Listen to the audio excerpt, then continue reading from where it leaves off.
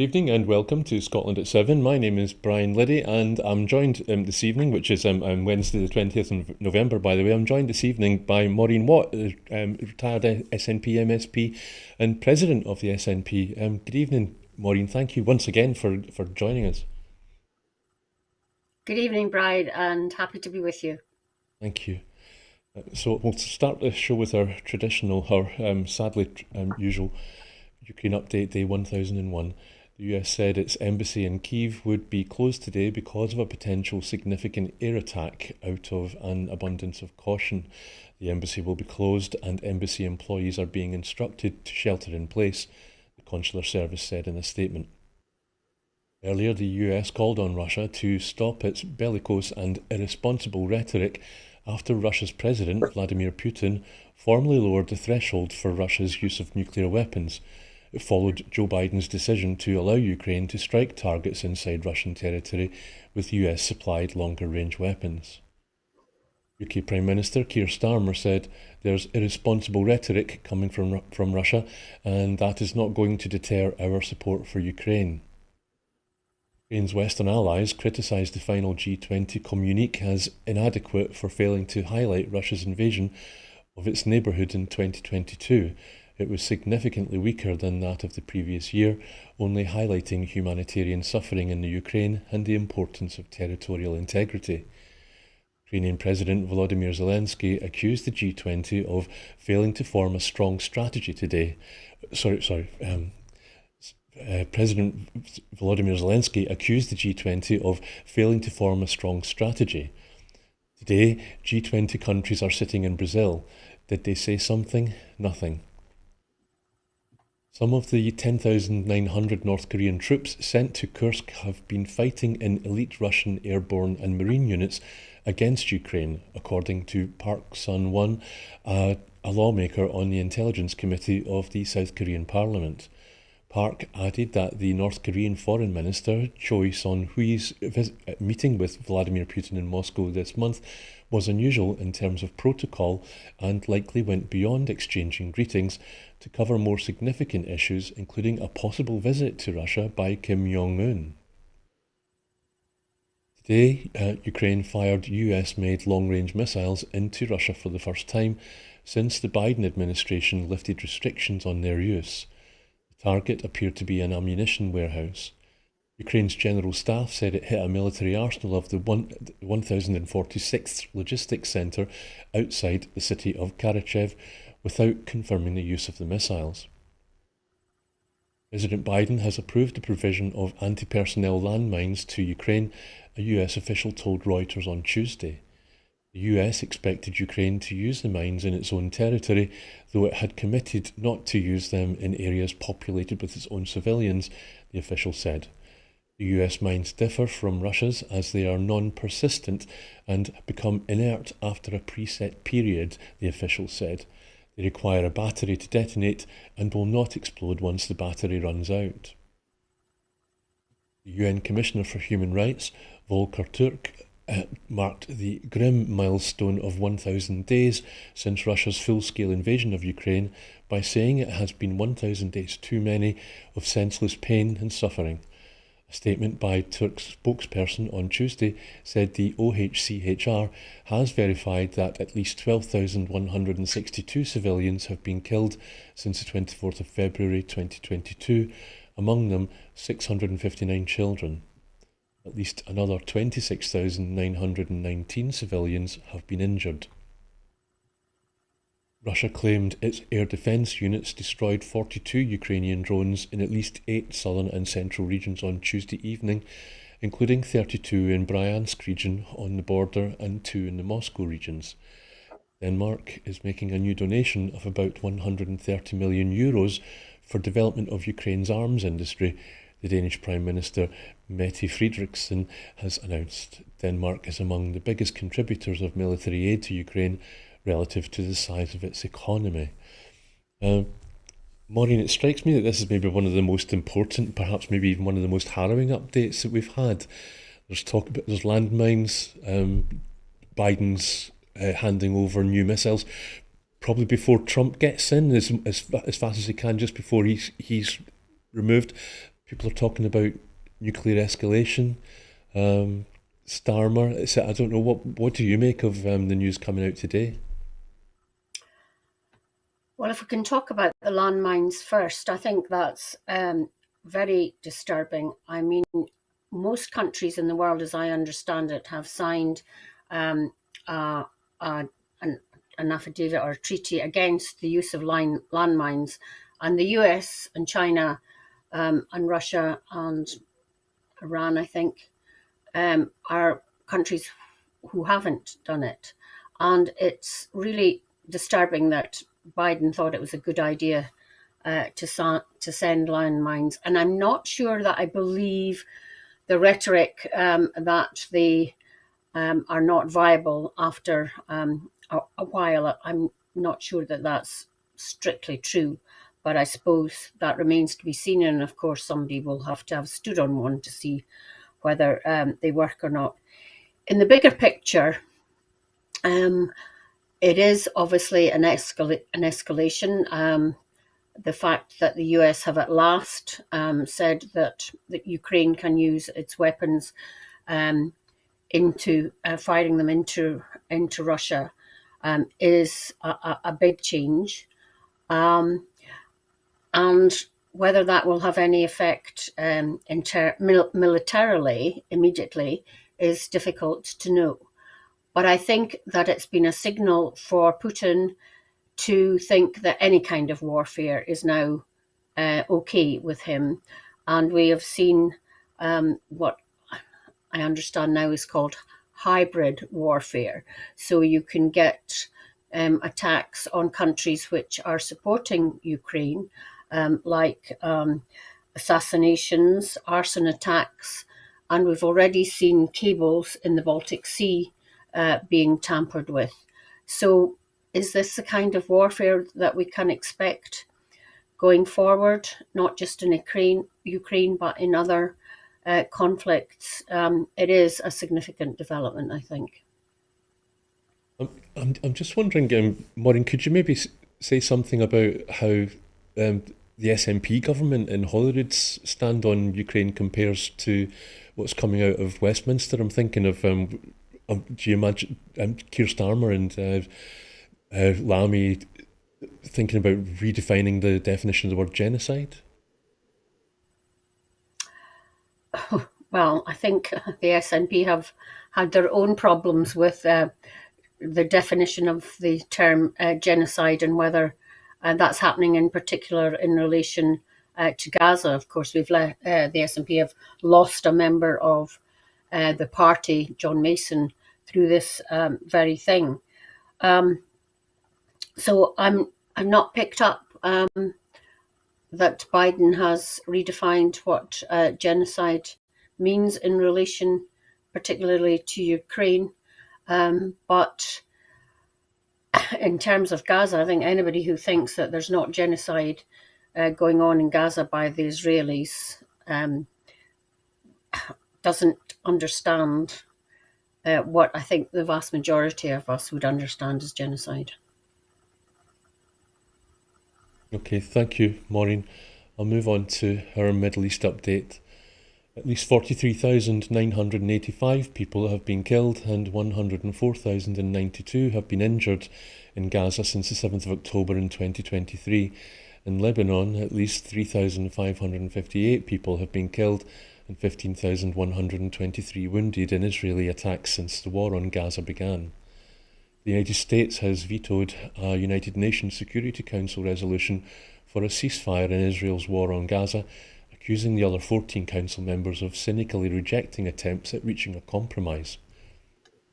Hezbollah leader Naim Qassem demands a complete ceasefire and protection of Lebanon's sovereignty in any deal with Israel ahead of the US envoy Amos Hochstein's planned meeting with Prime Minister Benjamin Netanyahu.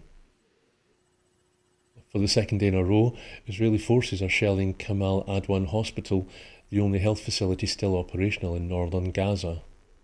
Its Director General says at least 85 patients are inside, most of them are women and children.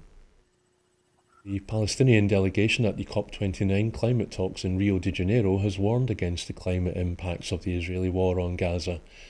In a speech during a high-level session, the Palestinian chairperson for the Environmental Quality Authority, Nisreen Tamimi, said protection of the environment is a basic right, and a basic right that is being made more difficult by the Israeli war in the besieged coastal enclave. She said the war has polluted water sources and spread rubble filled with dangerous material. Tamimi added that the rebuilding efforts would release an estimated 30 billion tonnes of carbon dioxide. That's quite a succinct Gaza update, Maureen, and yet again I would say maybe quite an important one. But what do you think of that? Well, I mean, I think I've said, long ago, months ago in this program, that Netanyahu said that he doesn't think he will have finished his war on Gaza until Christmas, and that's clearly the ongoing situation. In the meantime, thousands of Gazans dying because of starvation, and we read today of trucks being looted, and the price of a sack of flour going up to something like $80, I think it was. So clearly it's a dire and desperate situation, and the obliteration of Gaza is clearly Netanyahu's end goal. However, in relation to Lebanon and Gaza and the Hezbollah, I think there seems to have been a bit of movement today in that Hezbollah does not want a war with Israel. So I think it's a fast-moving situation, shall we say, in the Israel-Gaza situation. Thank you, Maureen. The next item is a new poll by Survation for Progress Scotland has found that most people in Scotland support independence as their first choice for constitutional change. According to the figures in the poll, the favoured number one option for people in Scotland was independence in the European Union, with 34% support. A further 8% support independence outside the EU as their number one constitutional preference, making a total of 42% for independence. A further 19% support more powers and responsibilities for the Scottish Parliament than Holyrood has at present. In total, 61% of Scots support some level of greater constitutional change, an option not offered by any of the Westminster parties. Rona Mackay said, "On so many issues it is Westminster that decides on our future, and whether it is Brexit, the years of austerity or the cost of living crisis, there is no doubt that Westminster control has hurt living standards and is holding Scotland back." She went on to say, "Scots want change, however it is clear that on so many issues the new Labour government is continuing where the previous Tory government left off." She went on to add, "By contrast, the SNP government is focused on delivering on the priorities of the people of Scotland, whether that is ending child poverty, growing the economy, improving public services or tackling the climate emergency. No wonder people in Scotland want change. For almost 20 years, Scotland's been in the EU with Westminster, outside the EU with Westminster, forced to suffer Tory Westminster governments, sometime with Lib Dems and now a disappointing Labour Westminster government, yet continually over that period, people's living standards have got worse with Westminster." Another new poll also found the Scottish National Party is the top choice for voters as the party leads across the board on Scottish voting intentions. The Survation poll, reported in the Times today, shows the SNP is ahead on both Holyrood constituency and regional voting intentions, as well as Westminster. So, Maureen, there's 42% in total want independence for Scotland. A lot more people want greater constitutional change. Labour's popularity seems to be continuing to fall. I'm kind of wondering where Alba fits in there, whether they're just splitting the independence vote, and where does Farage's Reform Party come in. But as SNP president, Maureen, and also despite the SNP's popularity, according to this, if there was a referendum tomorrow, there wouldn't be an SNP majority. What do you think the SNP has to do as their president to actually get a majority at the next election? So there are a whole load of questions in there, Brian. In terms of Alba, I think they're obviously reeling from the untimely death of their leader, Alex Salmond, and they have still got to decide how they want to take things forward. I mean, I can't see Kenny McCaskill, for example, particularly wanting to step up as leader. So I think we have to wait until after the memorial service for Alex Salmond on the 30th of November to see what happens with that party. In terms of reform, they cannot be ignored. We have local by-elections that they have registered quite a percentage vote, and people are giving them first preferences and second preferences. So I think it's really important that people begin to find out what reform stand for example, dismantling the National Health Service. And I think that is something that all other political parties need to have a focus on. In terms of this poll and the SNP, I think it's all very encouraging. One wouldn't have expected, under normal circumstances, for a new government in Westminster to become unpopular so soon. And a lot of that is obviously down to the winter fuel payments decision, and more recently, the budget and the effect that it has, for example, on farmers. I think in that poll that you quoted, Brian, about 16% are don't knows. And so, as well as encouraging people who are in favour of independence to realise it's only the Scottish National Party who can deliver on independence, and therefore support for them is crucial. But it's also targeting the people who have not made up their mind, to show that Scotland, as an independent country, can be a prosperous country where hope for everybody's future can return. And that's not saying, throwing words about. We all know that Scotland has a huge amount of resources. Its people, excuse me, are some of the most highly educated in the world. Our universities are first class. And all of these things, together with our huge amount of energy potential, renewable energy, as well as continuing oil and gas, all make Scotland a country that many other countries would give their eye teeth for, and yet we're still not able to convince enough of our people that independence and taking decisions for ourselves is the way forward. Thank you, Maureen. I wonder, could you maybe just clarify something for me? I was thinking as I was getting ready for the show tonight. So if the SNP are voters' favourite across the board in Holyrood in 2026, and yet they might not get a majority, could the unionist parties get together and form a majority and prevent the SNP staying in power, or is it different with the PR system we have?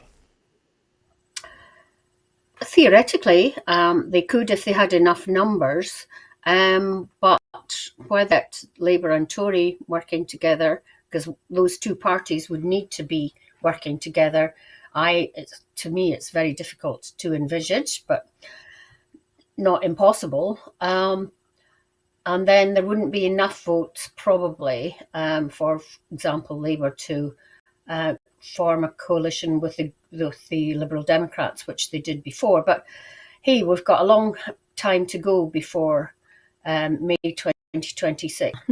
As you and I know, a lot can happen in politics in a week, never mind, a year and 6 months or something.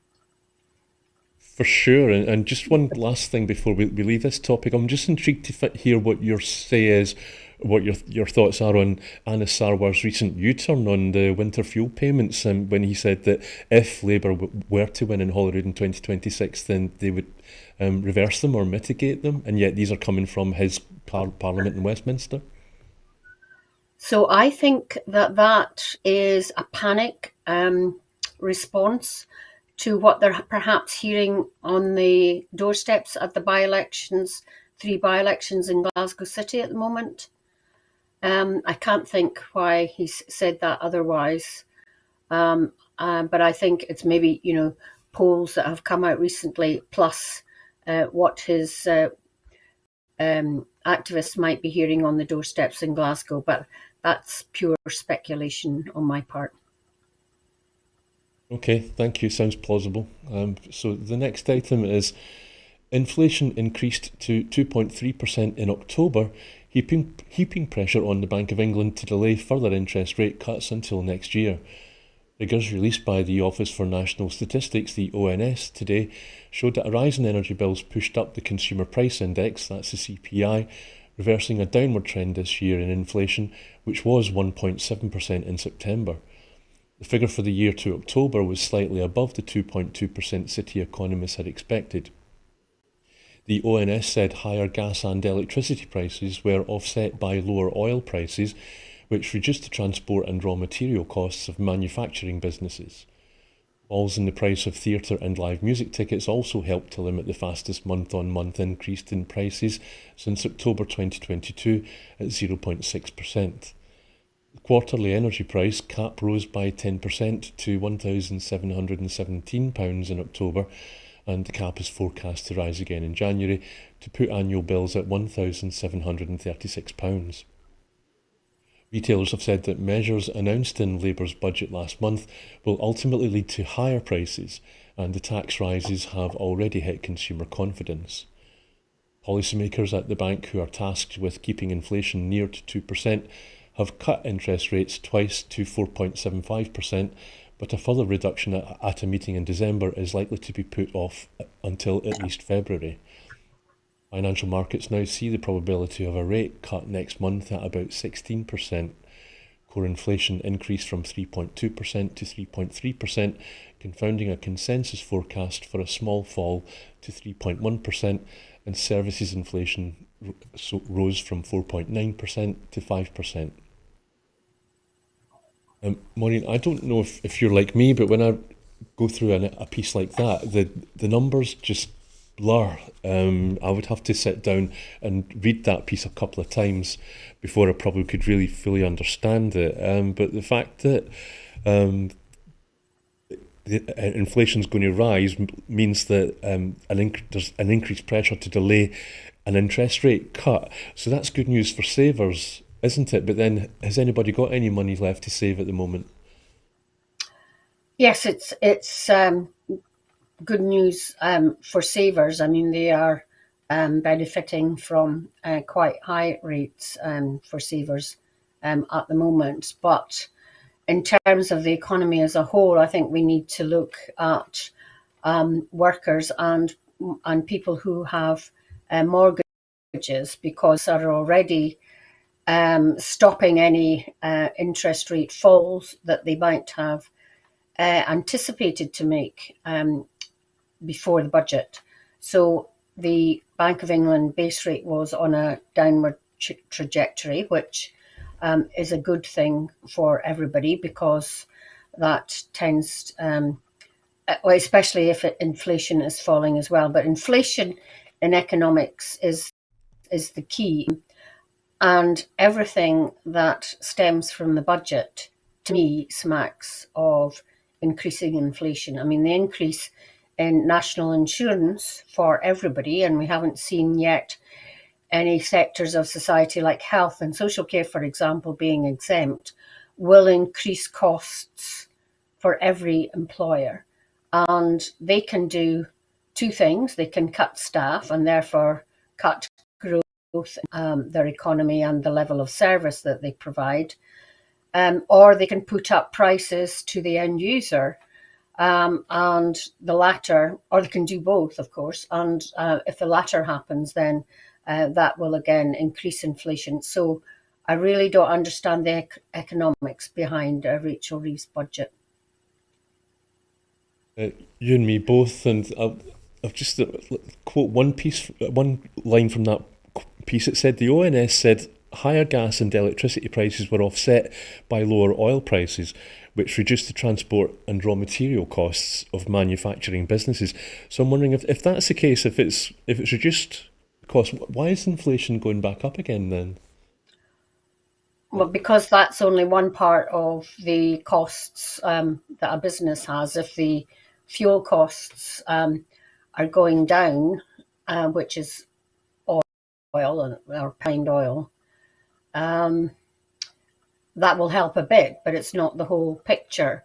I mean, you said at the beginning of the piece that household energy bills are going up, and the bills, even for renewable energy, are still linked to gas, which is really ridiculous in this day and age as we're moving away from fossil fuels. So people are really worried about their energy bills over the winter, early pensioners who are no longer getting the winter fuel payment. I don't know what it's like down with you, Brian, but today it's particularly freezing, and we're just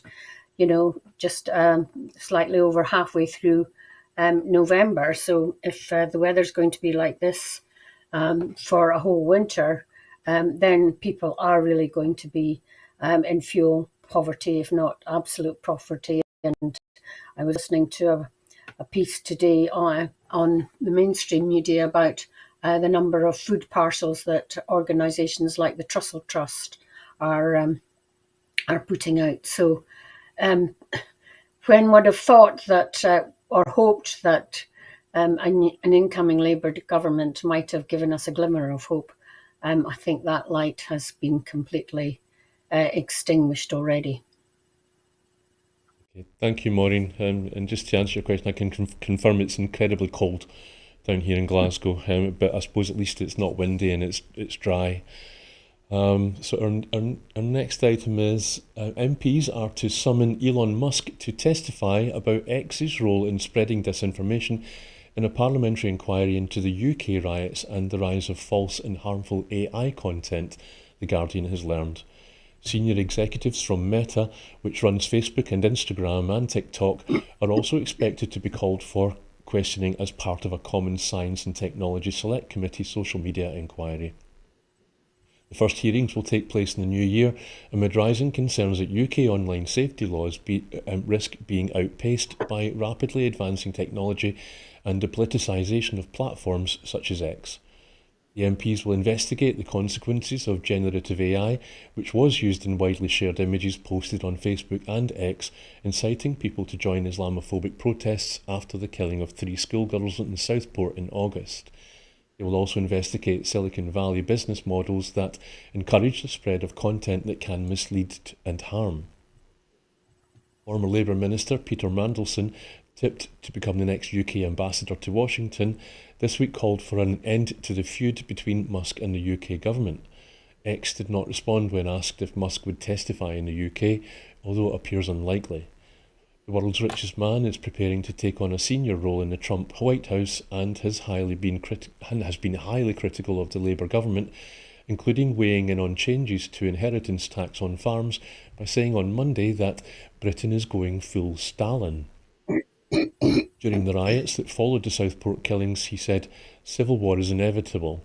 The Commons inquiry comes amid fresh turbulence in the social media landscape as millions of ex-users move to Blue Sky, a new platform with many migrating in protest at misinformation, the presence of once banned users such as Tommy Robinson and Andrew Tate, and updated service terms that allow the platform to train its AI models on user data. After the Southport killings on the 29th of July, misinformation swept through social media, with accounts with more than 100,000 followers falsely naming the alleged attacker as a Muslim asylum seeker. Apologies for not scanning that sentence very well. Ofcom, the UK communications regulator, has already concluded some platforms were used to spread hatred, provoke violence, targeting racial and religious groups, and encourage others to attack and set fire to mosques and asylum accommodation. Maureen, in preparing for tonight's show and reading this piece, I was thinking it's not just Westminster that wants Musk to account for himself. US Senators Jean Shaheen and Jack Reed have sent a letter to the Pentagon demanding that they investigate Elon Musk's business contracts with Russia due to his new role in Trump's federal government. And it's not just Musk. I mean, there's Jeff Bezos and Larry Ellison, people who own the media too. And what about Trump himself, who's just appointed Musk? Shouldn't they also be getting called to account for themselves? And then there's Zuckerberg, the big tech fella. I don't know. Lots of people, as I said in the piece, are saying they're going to seriously transfer from X to Blue Sky. Are you on X and thinking of doing the same? I have downloaded Blue Sky on my phone. I did it several months ago, and I don't look at it, I have to say, as often as I look at X. But yeah, that possibility is still there. In terms of the House of Commons committee, I think they have asked most of the, if not all of the social media giants to come in front of them. But obviously, Elon Musk is the one that people have focused on. It would be interesting to see if Musk refuses the invitation to come. Something tells me that he might relish the chance to have a platform in the UK. And he seems to be able to do so much that perhaps he will do that. But I suspect that Donald Trump's advisors might tell him not to bother with it. So it will be interesting if he doesn't come, what the others say, and also whether he sends someone to deputise for him. I have to admit that I don't understand very much about AI, but clearly I'm savvy enough to know when something, well, I think mostly when something's been artificially generated rather than something truly real and original. But you never know, and so many people are getting scammed out of money and things, possibly because of the use of AI, that it is very worrying. And I was dismayed to hear that this is use of AI and fake news is kind of part of the business model of so many Silicon Valley tech companies.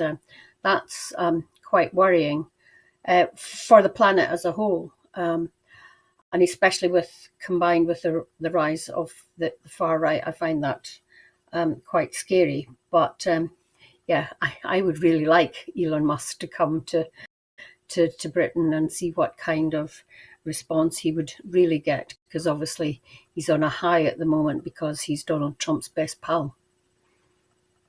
I know what you mean. It's like, I mean, talking about just Musk the man, it's like he seems like when you see him being interviewed, he doesn't interview well, and then on X it seems that he just opens his mouth and lets his belly rumble, and says things that you would think that somebody in his position, especially now if he's going to be part of the government, would be a bit more reserved in what opinions he puts out there, and he almost seems like him and Trump together both seem like two peas in a pod. They're quite odd characters.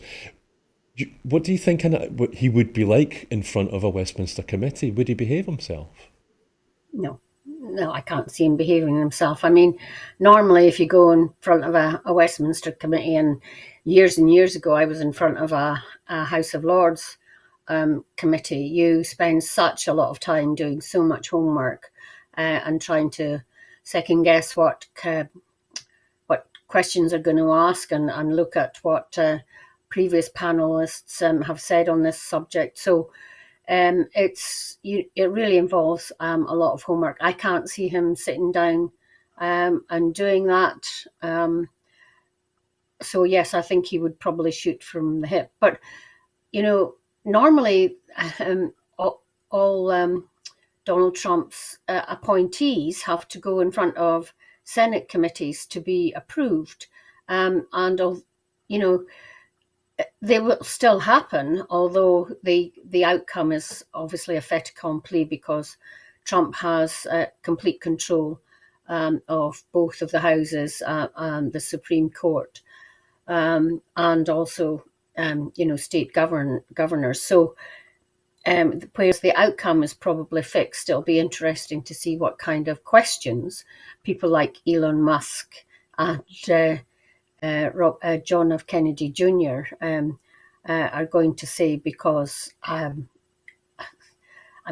you really have to grasp the basics of government before you can start fiddling about with it or trying to extremely change it. So we're in for an interesting time in the States in so many ways. Yeah, and thank you, Maureen, for reminding us. You're absolutely right. Trump can only nominate people for these positions. It's not a done deal. But yeah, so we'll see how it turns out. So the next item is Health Secretary Neil Gray today challenged Scottish Labour MSPs to stand up for Scotland's public services and make clear that services like the NHS should not pay the price for the UK government's national insurance hike. In a parliamentary debate in Holyrood this afternoon, MSPs voted in favour of the proposition that the UK government should fully reimburse the cost to the public sector by 73 votes in favour to 50 votes against. It is estimated that the direct costs of the public sector in Scotland will exceed £500 million, while costs to universities will be £45 million and costs to Scotland's charities will be around £75 million. Mr Gray had said that the question for Labour today was whether they would stand up for Scotland or will they stand up for the UK government. Speaking before the debate, Mr Gray said, "We estimate that the UK government's national insurance hike could lead to over £500 million in costs for the public sector unless it is fully reimbursed." He went on to say our public services should not pay the price for Labour UK's budget, and I'm asking MSPs across parties to unite and make that clear today. Scotland's funding should be used for the benefit of the people of Scotland and the crucial public service we all rely on. It should not, under any circumstances, pay for the UK government's national insurance increase. He went on to say Parliament should be able to speak with one voice and demand that the UK government fully covers the costs of their own tax hike. The people of Scotland would expect nothing less. As warnings from charities, hospices and universities continue to grow against Labour's national insurance hikes, a new poll has found a majority of people in Scotland believe national insurance should be devolved to Scotland. Reported in the Herald today, the Survation poll conducted for Progress Scotland shows over half of the respondents, 51%, indicated that they believe the Scottish Government should have responsibility for settling the national insurance contribution rates and thresholds. So, Maureen, Neil Gray said in debate that the rise in contributions was to be paid by employers in the public sector. It's going to cost over £500 million. 600,000 people were employed in the public sector in Scotland. That's about 22% of all employment, and that's higher than the UK average. Labour MSPs will argue that the national insurance increase is necessary to fix the foundations of the economy, as Keir Starmer has said and Rachel Reeves. But the question isn't whether the higher payments should be made or not. I think most people agree that the higher national insurance payments is a good thing. The question is that the Scottish Government is a major employer of public sector people. And when you realise that Scottish Government is ultimately responsible for the Scottish NHS, Scottish Police, City and Town Council budgets, refuse collectors, social workers, teachers, it's going to be an enormous impact on the Scottish Government's budgets, isn't it? It is, absolutely. And we should remember why the Scottish Government, the Scottish public sector is higher than the rest of the UK. For example, for many years now, Scottish Water has been in public ownership. We've recently taken over the running of the railways, and I bet you most people would say that's a good thing.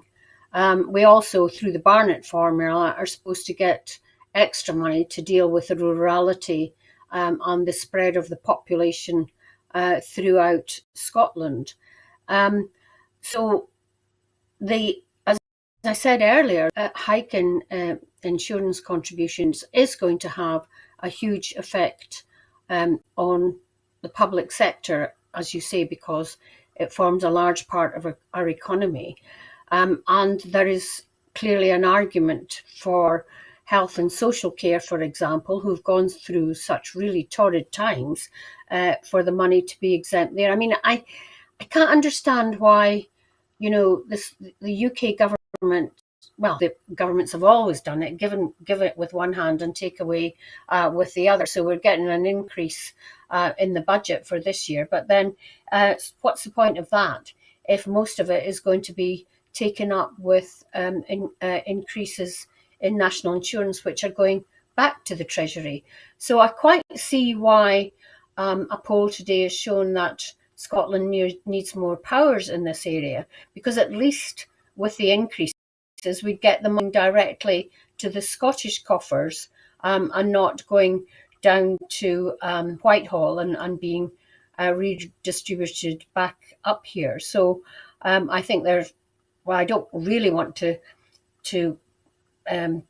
single out any particular sector, but the charity sector, for example, really does feel that it's going to be extremely poorly hit. And of course, the only way that employers can manage to balance the books is having fewer employees, and that means more of a burden on those remaining and services not to the level that we would like to see them. So I think passing this resolution today in the Scottish Parliament does send a clear signal to Westminster. And the other thing that worries me is that Shona Robertson, as Finance Secretary, is going to have to set the budget without probably hearing an answer from Westminster on the requests to not impose the national insurance hike on the public sector. So, it's going to be a very difficult budget, even although there's an increase in the amount.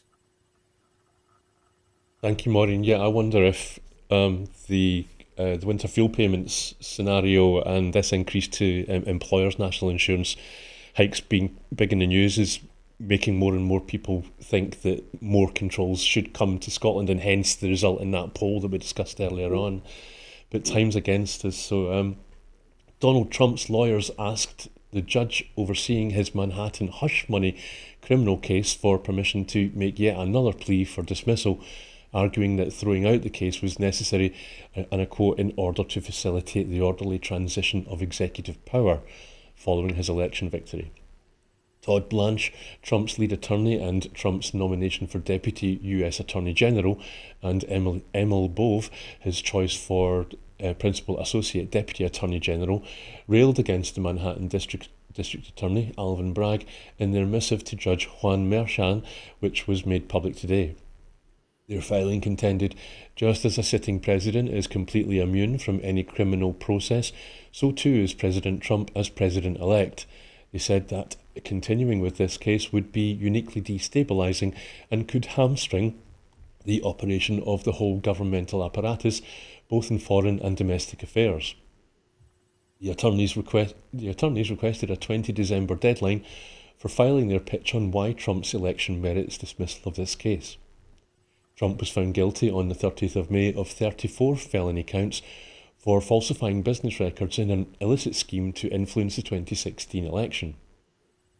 Prosecutors said that Trump falsely recorded reimbursements to his then lawyer, Michael Cohen, who paid the adult film star Stormy Daniels $130,000 for her silence about an alleged affair with Trump as legal expenses. The letter became public after prosecutors on Tuesday told the court that they planned to fight Trump's expected push for its dismissal following his win. Prosecutors' letter laid out the arguments they expected Trump to make in a post-win push for dismissal. Bragg's office contended that Merchan should schedule a timeline for Trump's expected motion to dismiss, which the prosecutors said they intend to oppose. They also said other proceedings in this case should be postponed until the dismissal issue is determined. These developments suggest that Trump's scheduled 26th of November sentencing in his Manhattan criminal hush money case is all but certainly postponed, given the litany of issues to be litigated. Prosecutors said in their letter that they had considered Trump's argument for dismissal of late, which, they noted, featured the claim that he had legal immunity from criminal prosecution based on his current status as president-elect. They also referred to his attempts to move this case to federal court, which had fallen flat. Prosecutors said they respected the presidency and recognised the logistical constraints. But they wrote, no current law establishes that a president's temporary immunity from prosecution requires dismissal of a post-trial criminal proceeding that was initiated at a time when the defendant was not immune from criminal prosecution, and that this is based on unofficial conduct from which the defendant is also not immune. So Maureen, I'm hoping that you can tell me if I've come up with the right conclusion here. Am I right in thinking that this is blackmail by Trump and his lawyers? That a convicted felon who is now president-elect is claiming immunity for his crimes, and the outcome, if that immunity isn't granted, then there's going to be riots at the Capitol again because it's going to destabilise the safe transition. I made that clear, probably not. That wouldn't surprise any of us, would it? I mean, it's there have been delays and in most of Donald Trump's the charges against him, and some states have dropped some of them, haven't they? We shouldn't be surprised that others will be dropped because he's now President Trump-elect. But justice is certainly not being served in the United States by these bills being dropped. But you can see why, because, is it going to look really good that their president, duly elected, is facing charges and about to take up the reins of the White House? So I suspect, rather sadly, that all charges will quietly or otherwise be dropped. But I think most people, maybe not in the US, but outside the US, will still regard him as someone who is who has undertaken criminal acts, especially in relation to hush money and that sort of thing. But we should never put it past Donald Trump of his capability of inciting riots, and it might not be on this subject, but it might be on others. And I don't think that's beyond him to do this if he's not getting his own way. But of course, he must feel cock-a-hoop that he has, as I said earlier, got all levels of government in his hands. Yeah, it's a sobering thought indeed. And as I said, time is against us. It was a shame because I wanted to ask you some more about Trump, and we best I've no doubt we'll come back to him. Yeah, you're absolutely right there. Yes, I'm sure.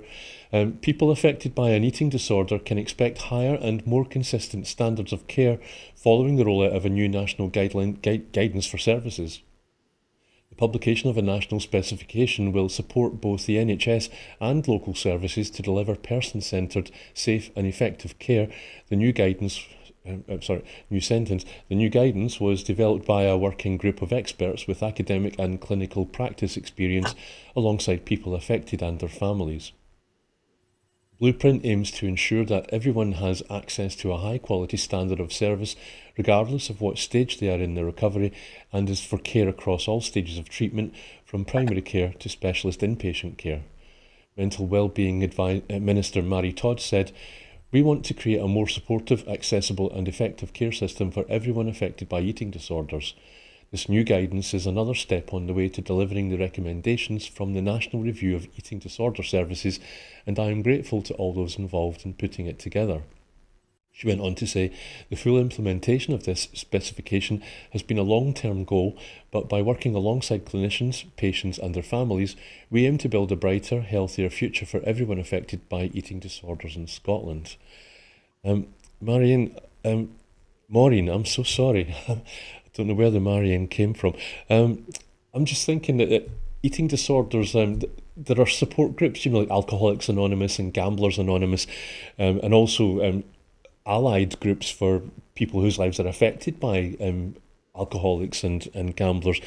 but you don't hear so much about maybe support groups for people with eating disorders. But I know there is one called the AEA, but I couldn't find. I ran out of time before coming to the show. Anyway, in your view, this is a good news story, yes?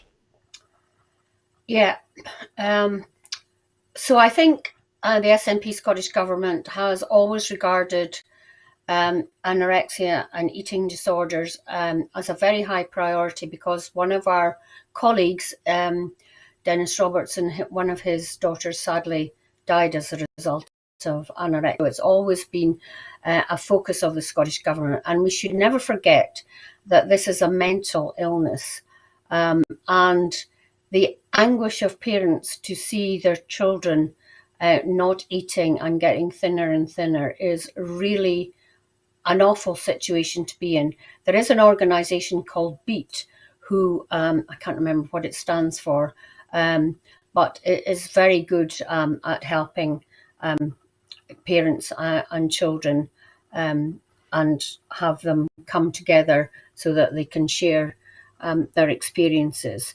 And actually, in Aberdeen, the practitioners in this area are pretty good, and they kind of take a lead, or did take a lead, in some of this. So I'm glad to see that we're constantly updating the guidelines on this. It's a hugely difficult subject. I mean, it's not like you go in with a broken leg and you can fix it.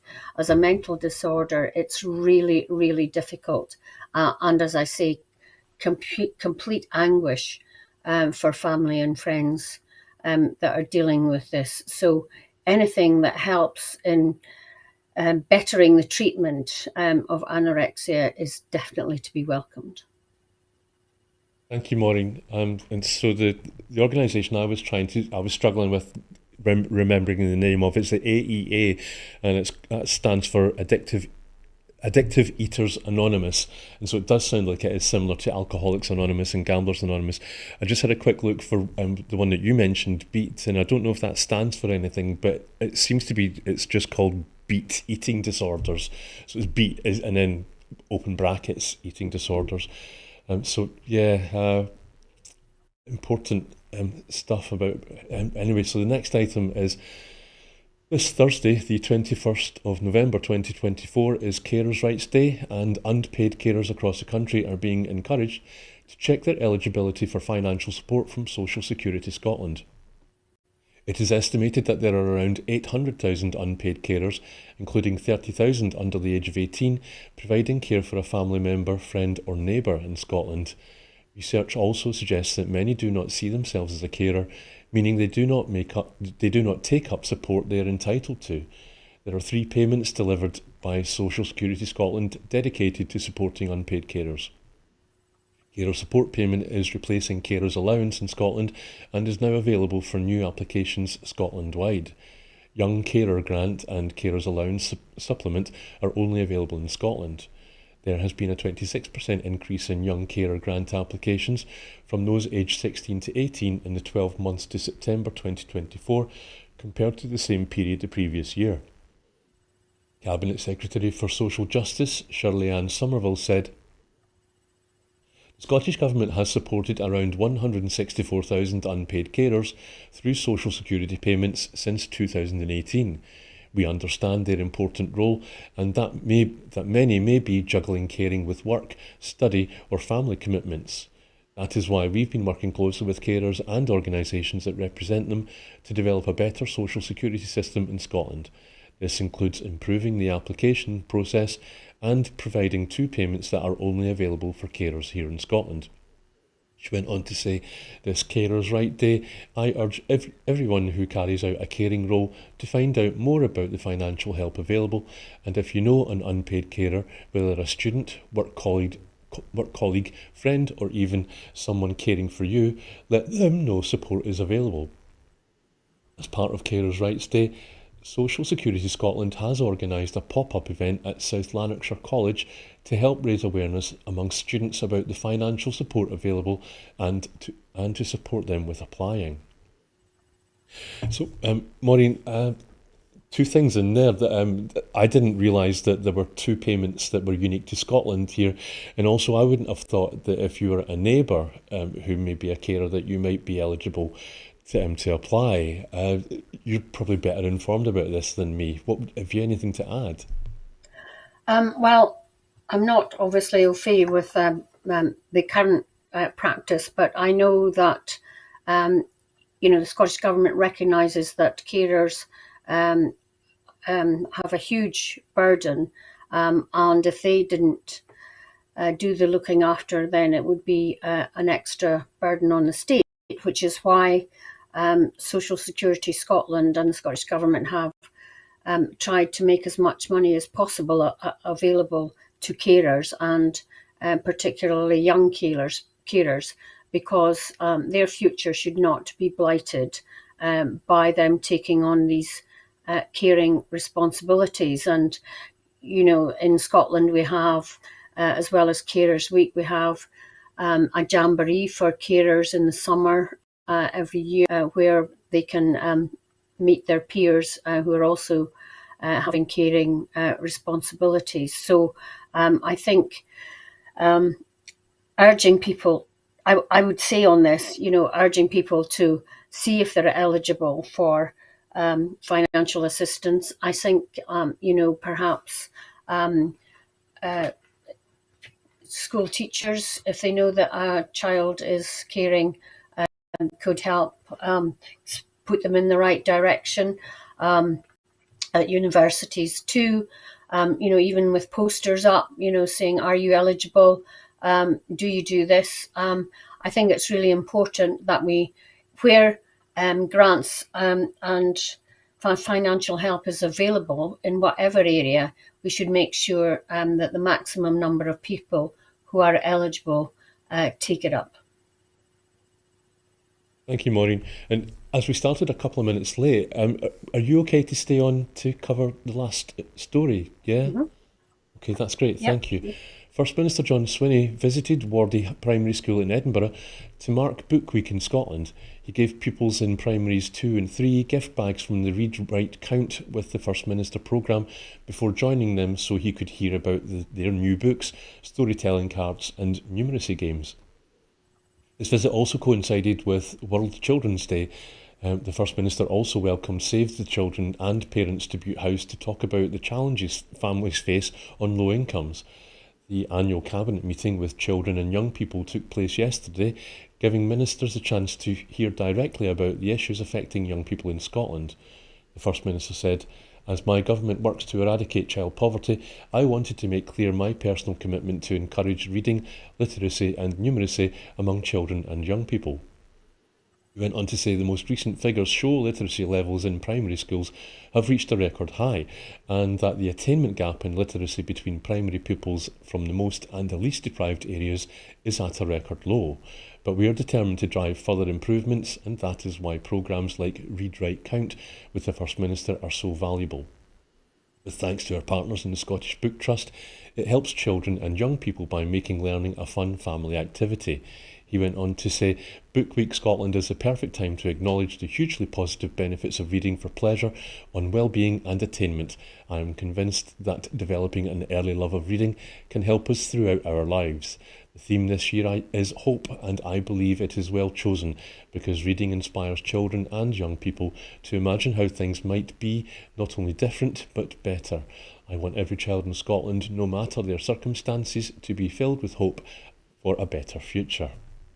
So, Maureen, is this the First Minister John Swinney making a bid to challenge the previous First Minister Nicola Sturgeon's reputation as being a big reader, or something else? And also, I thought it was interesting there that he directly linked reading to closing the attainment gap and getting rid of child poverty. That's not something that I would have automatically made, but do you think that's correct? Absolutely.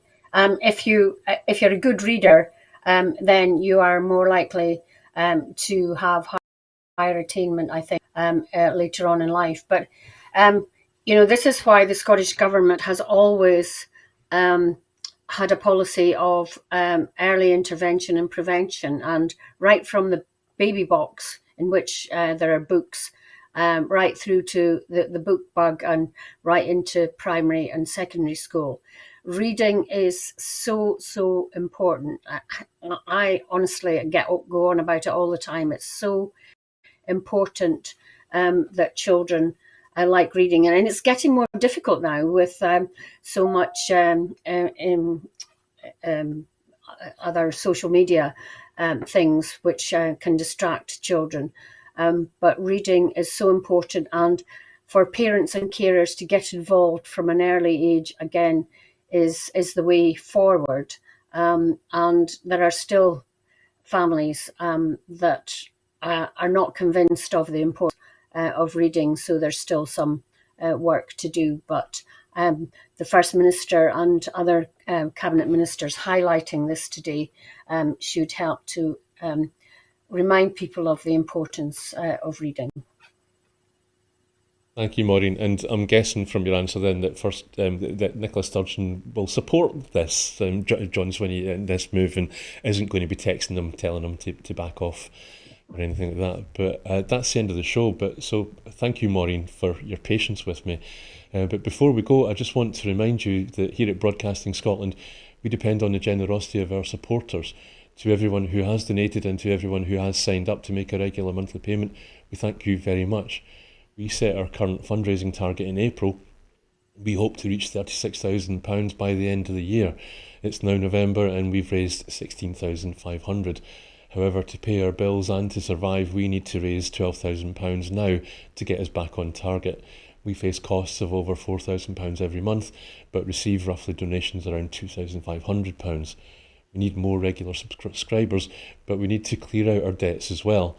We're at crisis point and really do need to increase our donations to be able to pay our bills and survive. You know that our programmes will always be free to view. However, if you can afford £5 a month, please do consider becoming a Broadcasting Scotland supporter, and please donate whatever you can afford. But meanwhile, I'd just like to thank once again Maureen Watt for your time tonight. Thank you, Maureen. You're welcome. Thank you. And thank you to the viewers at home for sticking with us this far. Good night and thank you for watching.